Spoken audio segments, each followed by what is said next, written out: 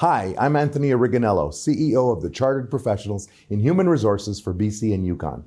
We represent more than 8,000 members, and as the organization dedicated to advancing the HR profession through education, advocacy, awareness, professional development, as well as our recognized and impactful CPHR designation, we are proud to be a sponsor of this show. We have been the voice of the HR profession since 1942. Learn more about us at cphrbc.ca. In this episode of Careers That Matter, I'm joined by Colin Whelan of Innovative Research. Colin, welcome. Thanks for having me. What's your job? Well, that's a complicated question that I always struggle to answer a little bit. By title, I'm a vice president at Innovative Research Group, and we're a public opinion and stakeholder research firm. We do all sorts of different types of opinion research, surveys, focus groups, interviews, stakeholder consultation, the sort of full gamut. And in that capacity, I'm lucky enough to develop and run research projects for clients. I really sort of specialize in public affairs issues in the research that we do. So that includes a lot of work in energy. I personally do a lot of work in personal finance and investing, financial regulation in Canada. It's always diverse. It's sort of fun to work on things that are in the news. It's a little bit more interesting for me personally than testing beer labels or something like that, like you might do in another kind of market research career. So how does the work come to you? A client comes to you and says, "I need an opinion poll."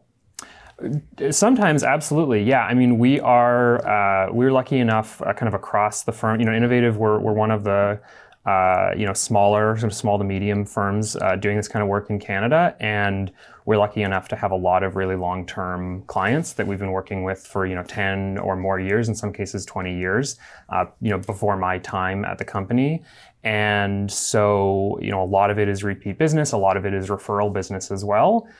Some of it is, people just approach us every once in a while, and sometimes as well we're, bidding on public RFPs and that sort of thing also. So a good part of your work is client interaction. Yes, yeah, absolutely.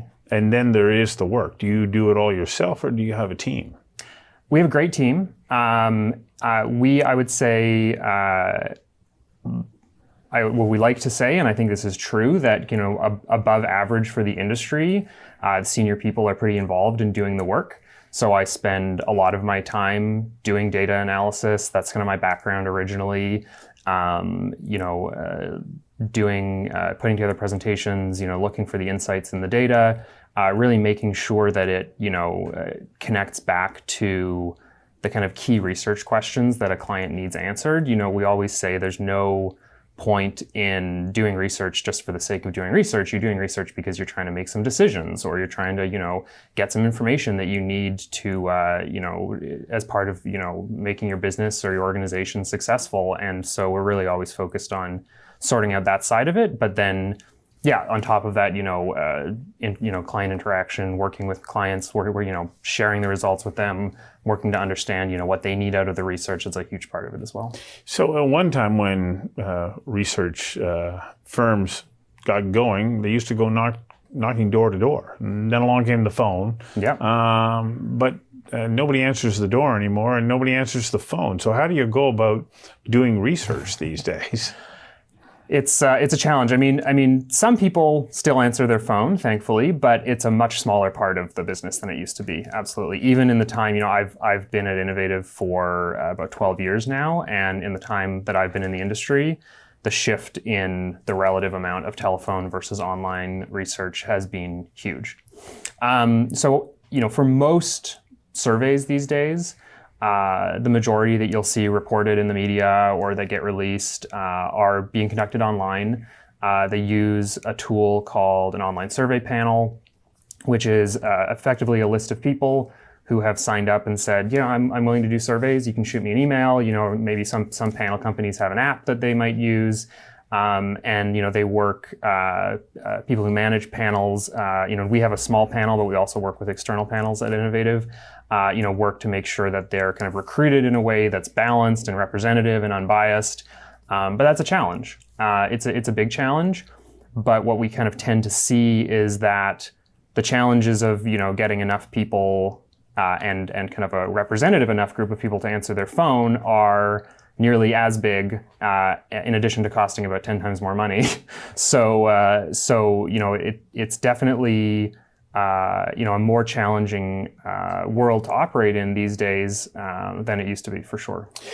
Because there may be client needs that come up last minute, do you have to abandon the idea that you only work 9 to 5 Monday to Friday? Every once in a while, yeah, absolutely. I would say that we as a firm at Innovative are pretty good at managing that as much as we can. But at the end of the day, I'm a consultant. I have clients who have who will have last minute requests inevitably, who have deadlines inevitably, and so it's not a role where I'm constantly working, outside of normal business hours, living my life kind of, married to my work or anything like that. But it's absolutely a need every once in a while, for sure. Yeah. So let's go back to the beginning of your working career. What was your very first job? I worked very briefly. Do you mean my first sort of real job, or my first, like a high school part-time job The very first job I ever got. I worked in a pizza restaurant in North Vancouver. Doing? Making pizza.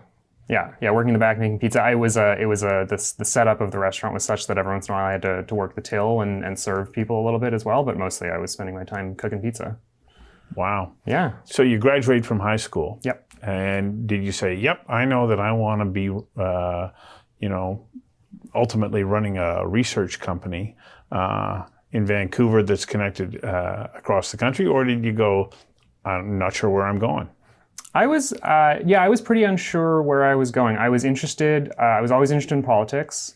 It was a big interest of mine. I went to SFU, not 100% sure exactly what I was going to major in, but knowing it would likely be some sort of social science-y kind of a topic. And it was probably inevitable that I fell into studying political science, and that is what happened. I actually had an amazing mentor at SFU. He's still a professor there, Steve Weldon. We're still really close, and he gave me a lot of opportunity and really encouraged me to kind of pursue that. And so I studied political science at SFU.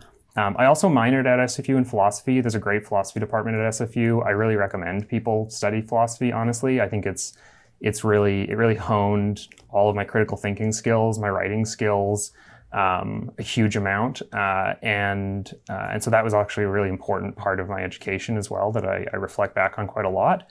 And then I ended up going to grad school for political science at UBC. By that time, working with Steve, I'd gotten pretty interested in the sort of empirical side of political science, statistical analysis, data analysis, political behavior, a big topic there. And so that was really my kind of emphasis when I'm doing my master's degree. And from there, I ended up not in a perfectly straight line, but pretty quickly, I ended up starting my career at Innovative. Well, what was the stop in between? I guess two things I didn't mention, and this is another thing that I really encourage people to do. Between my undergrad and my master's degree, I did the BC Legislative Internship Program, which is an amazing program. I will take the opportunity to plug it. It's really fantastic. It's been going on for decades. There's a huge alumni network. It was an amazing opportunity. I made amazing connections there. I learned a ton. It was really fantastic. So that was really important. And then when I finished my master's degree, I just didn't sort of immediately know exactly where I wanted to go. I was waffling a lot on whether or not to do a PhD. It's only gotten worse, but even back then, the academic job market was a challenge, so I got a lot of advice on both sides of that decision. So I was sort of waffling on that. I had an opportunity to teach a course at SFU as a sessional, teaching a research methods course there for one semester. And then when that was done and I was looking for other opportunities, I found this opportunity at Innovative, and I was connected to it through actually one of my professors at UBC, which was fantastic.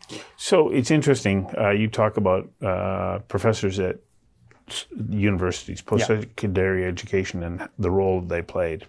How important have you learned that relationships matter in your career? Oh, hugely. Yeah.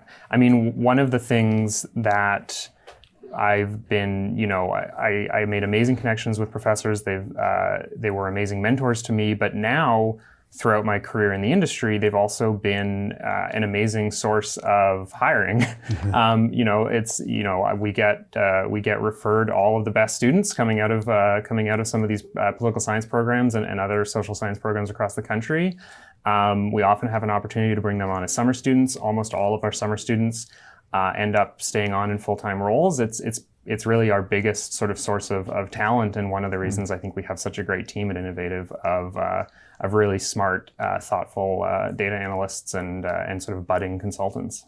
So what have you learned about yourself that is a trait that you have that has led to your success that without having gone on this journey, you may not have known about yourself? Oh, that's a tough question. I mean, I would say that I am somebody who, for better or for worse, really cares a lot about the details and about, getting things right. I'm not sure that perfectionist is quite the right word, because that has sort of connotations about being organized that don't necessarily apply to me. But, I care a lot about doing things right and doing things well and doing good quality work. That's probably the biggest thing. And, I be like a little bit careful how I say this, but, we've had opportunities to work with clients where I think they appreciate the commitment to quality that we bring to the work that we do, and that's really been an important part of my success. It comes at the expense sometimes of some of my clients having to sort of ask me to calm down a little bit and not get too into the weeds about explaining like why this is just absolutely the perfect way of doing this. They don't necessarily care as long as the result is easy to understand and useful to them. But that's been an important thing for me. Well, thank you for giving us an insight into your job and how you got to it. I really appreciate you taking the time to do that. Absolutely. Thanks for having me.